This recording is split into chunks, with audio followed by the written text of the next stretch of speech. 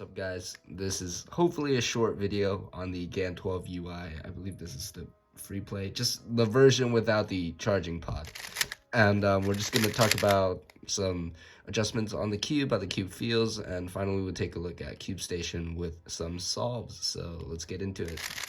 The cube's feel resembles the GAN 12 a lot, which I think is a really good thing because, well, this is my first smart cube, so I don't have a lot of comparisons, but in the past I've heard people say that they're discouraged from using smart cubes because it doesn't feel too much like a good speed cube.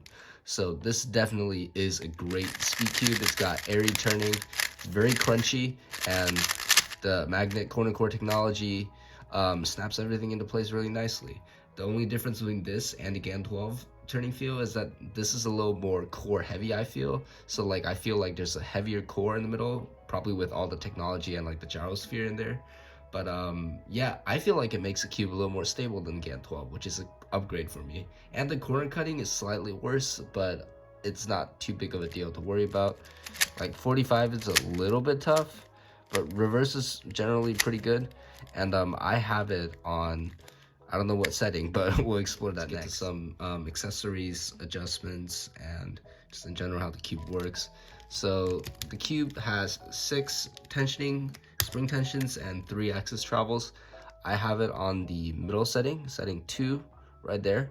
3 is, I believe, the loosest, and 1 is the tightest.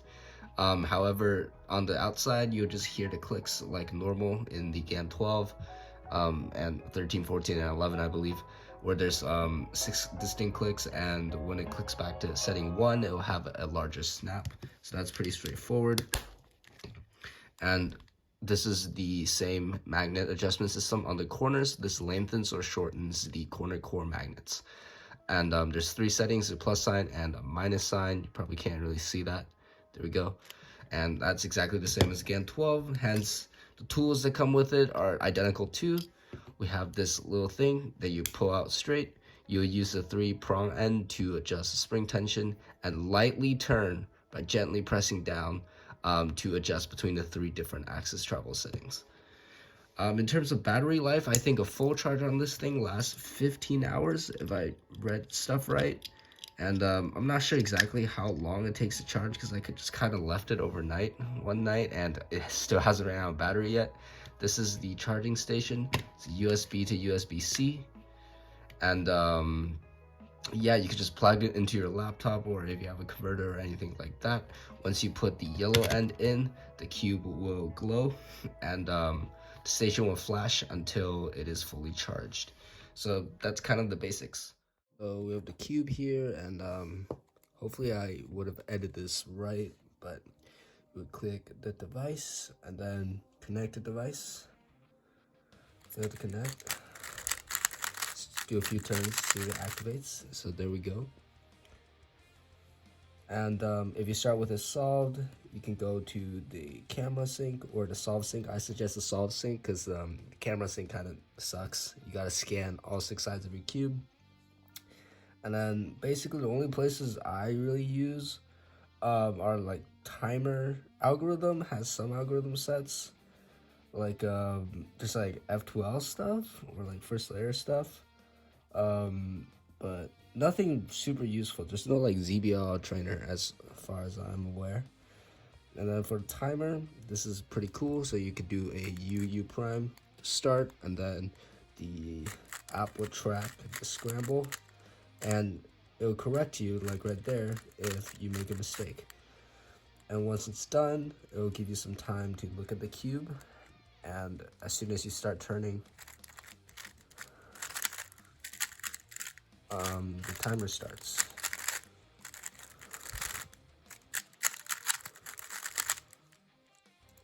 So yeah, and another feature is the match feature.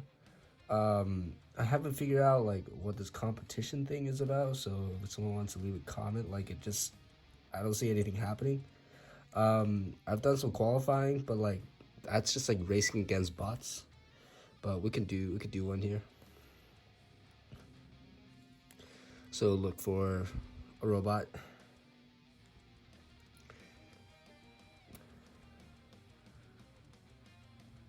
Yeah, so pair you is. something. It's not super fun, cause like your opponent like always DNFs, so it's not super useful. Same thing, it'll give you a scramble, and you can follow it. I completely messed that up, but it won't matter because your opponent is not a person. So conclusions, $120 is a little bit steep, but the technology inside is really cool, and the cube feels great. And so far, I have zero problems with connection and the app and everything. Everything runs smoothly, and I have a pretty good time cubing on this. So I personally recommend this product, but if you're worried about the price, maybe ask for it for Christmas. And if you really want to impress your cuber friend with a gift this holiday season, then definitely consider buying them this from Speedcube Shop. I'll link everything in the description. Thanks for watching, guys.